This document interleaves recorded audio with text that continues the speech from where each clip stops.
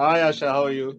I'm fine, Sandeep. I'm really excited about speaking to you today on the occasion of International Women's Day, and I know your perspectives on an area which is very close to your heart, the gender diversity piece. And as a colleague, I've often heard you express your views on this area and how important it is to you and the firm. So let me start off by asking you, why, according to you, is gender diversity important?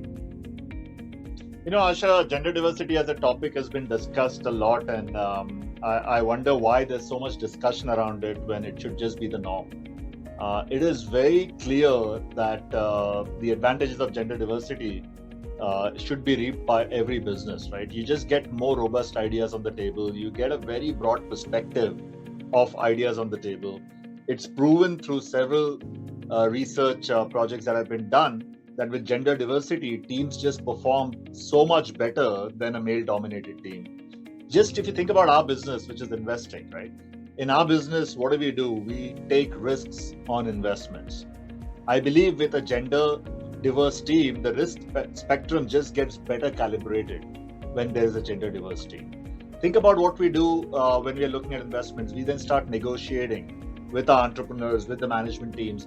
And when you have a gender diverse team, the negotiations just get better because you can just pull back a lot of the egos that are there in the room. And I've seen that time and again in situations that I've been where the negotiations are much more fluid, the negotiations reach better terms when you have a gender diverse and a gender neutral team. And lastly, when the biggest epiphany for me is, we make investments in companies that are consumer facing. And as investors, sometimes you're sitting around the table saying, wait a sec, how could you alienate 50% of your consumer base and not get a point of view or perspective on what really matters 50% of the consumers that you're trying to sell a particular product or a company? So for me, it just comes so naturally to say that we need to have a gender diverse team, because if I think about just my own experience, I was hired by a woman. I started my career with a woman. Subsequently, even in my investing career, my first boss was a woman, and there's so much I learned from the way that these two people worked with me, that for me it just comes very naturally that this should be the norm. This should be something that we should do. That's great, Sandeep. So, the other question is, while this is so close to your heart, how have you seen this being championed at the firm? How do you champion this cause as a leader? And any specific anecdote of what are some of the things that are being done by you as a leader in this area?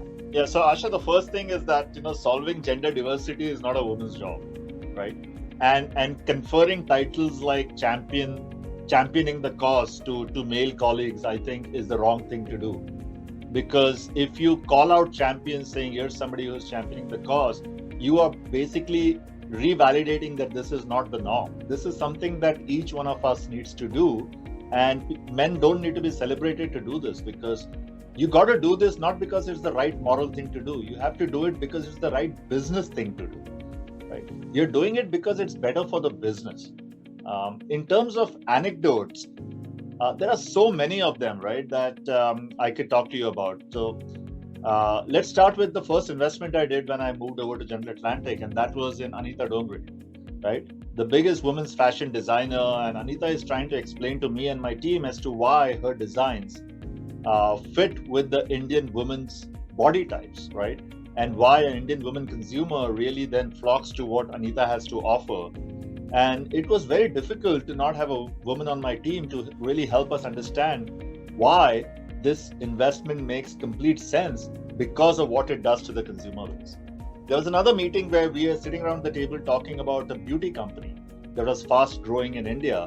And we were thinking, what should the killer product for this beauty company be, right? Should it be a mascara? Should it be a lip gloss? Should it be a foundation cream? And I'm sitting around looking at the table, and we are all discussing and debating. And it's an all-male team. And I was like, what do we know about this, right? Why don't we have the voice that truly matters, right? And it's a voice that truly matters. If you don't have that around the table, you could get to wrong conclusions. You could get to wrong discussions. We looked at an IVF company, and I remember we were talking about what are the needs of an IVF. What does the family go through? What trauma does a woman go through in terms of the decision making? And again, you can't do that in a completely male-dominated team. So as I think about just the investments that we are looking at and just what's right for the business, because some of these companies will do phenomenally well, we need the right representation around the team that can help us educate as to what matters, what don't, so we get to the right business answer. So really underlying the whole theme again is you do it because it's the right business thing to do, not because there's a moral need to do this. That's great. I mean, there are so many examples that you've spoken about how the business impact of this comes through. Curious to also understand what's been some of the milestones, targets that have been taken by you as a leader at GA as a firm on this particular piece, considering it's so important from a business standpoint. Yeah, so I represent the management committee at General Atlantic globally, and for us, this is an absolutely high priority because, again, the imperative is that this will make us better investors, this will make our business better, not because this is the right thing to do, it's a moral thing to do. So to give you some numbers in terms of GA globally, last year in 2021, 50% of our promotions were all women, right? 100% of the summer analyst program that we hired was diverse. As investors, the one thing is, what do we do with our own hiring? The other thing is, we have a lot of impact in terms of the portfolio companies that we are backing, in terms of entrepreneurs that we are backing, right? So if you look at the portfolio companies, and we are critical in taking the decisions as to who becomes the CXO level people at those companies, who are on the board of those companies, we bring in independent directors to those companies. So 34% of our global board of all the companies that we have invested in, we have about 190 companies globally. 34% of that global board is diverse, is gender diverse, right? 25% of our senior management of all the companies at GA is gender diverse. So that's how we focus on it. These are the metrics we follow, and we report out these metrics at our management committee meetings to make sure that everyone is doing it because it's the right thing to do and it's good for the business. Asha, you work in a talent management team, and we keep a talent bank of great managers and senior level people that we will then bring into our portfolio companies. And we added 400 women to that talent bank last year. So everybody is very focused on it because people can see the sheer benefit of how it benefits your business. And that's the reason why we are executing on it with a very strong focus. That's right. I think there's been a lot of focus on just building out diverse teams because of the business impact of it being so huge. I'm also curious to kind of understand, are there some of these stereotypes that about men, gender diversity, that you'd like to bust in today's call? Yeah, I think in the investing world, you'll see a lot of men. We need to bring in more women into our investing world. And one of the common myths when it comes to men in investing is that men are better at taking risks and are much more open to taking risks.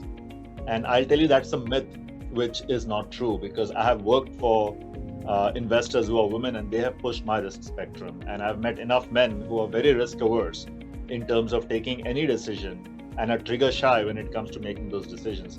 So that's a common myth saying in the investing world, when it comes to the investing side of the business, does it make sense to progress women? Is their risk appetite going to be low? They are more conservative, and that's not true at all, right? So we need to bust those kinds of myths.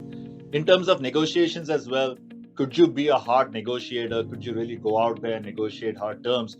I mean, one of the best legal professionals and the negotiators we have in our business in India is Zia Modi, who's also a part of WinPE, and she is by far the toughest negotiator that I've negotiated against. So, there are several skill sets which naturally get attributed, saying that, I think men might just be better at this, and hence from an investing standpoint, does it make sense? But those are all myths in terms of what we can, what we need to bust.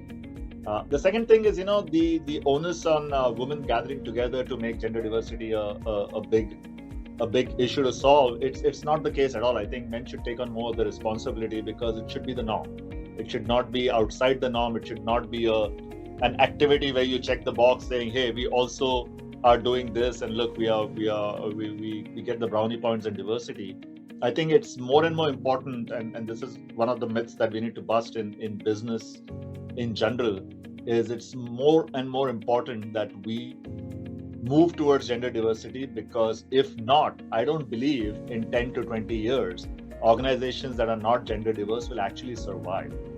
So it's more a survival thing than a moral thing. And hence, organizations that don't embrace it, don't make it a part of their KPI, they will not survive in 20 years. And that's the harsh reality. And as soon as people embrace that, you will see a sea change.